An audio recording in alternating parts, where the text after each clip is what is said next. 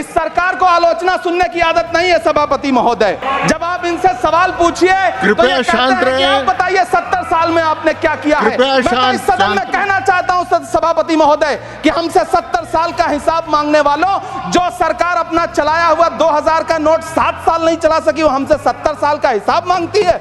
इन्हीं लोगों के लिए किसी ने शेर कहा है कि जो सच और झूठ में दूरी है वो दूरी समझते हैं। सियासी हाकिमों की हम भी मजबूरी समझते हैं, वो अपना हक समझते हैं निवाला छीन लेने को।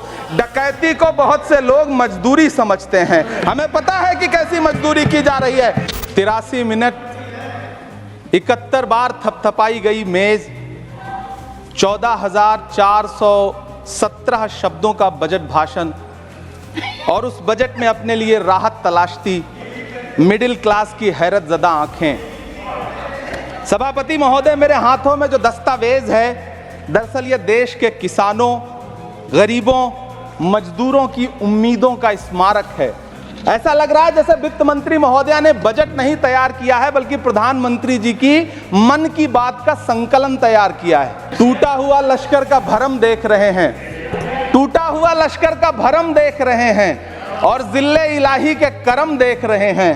ताकत का नशा अक्ल पे हावी है तुम्हारी, तुम देख न पाओगे जो हम देख रहे हैं। वित्त मंत्री महोदया ने इस बजट में महंगाई पर सिर्फ 10 शब्द बोला है। ये बजट बैसाखी पर टिकी हुई सरकार का कुर्सी बचाओ बजट है। इस बजट में राज्यों के साथ, किसानों के साथ, नौजवानों के साथ, महिलाओं के साथ, देश के मिडिल क्लास के साथ अन्याय किया गया है, और इस अन्याय का खामियाजा आपको महाराष्ट्र, हरियाणा और झारखंड के चुनाव में भुगतना पड़ेगा। इस सरकार ने नोटबंदी लगाकर देश की आम जनता की बैठे बैठे नहीं बोले, टैक्स लगा करके छोटे व्यापारियों के कारोबार छीन लिए, पेपर लीक करवा करके युवाओं की आंखों से नौकरी के सपने छीन लिए, अग्निवीर लाकर देश के जवानों की उम्मीदें छीन ली, बुलडोजर लगाकर लोगों के आशियाने छीन लिए, महंगाई लाकर देश की जनता की थाली से निवाले छीन लिए, और नारा लगाया कि हम तो सेवक हैं, 18-18 घंटे काम करते हैं। सभापति महोदय,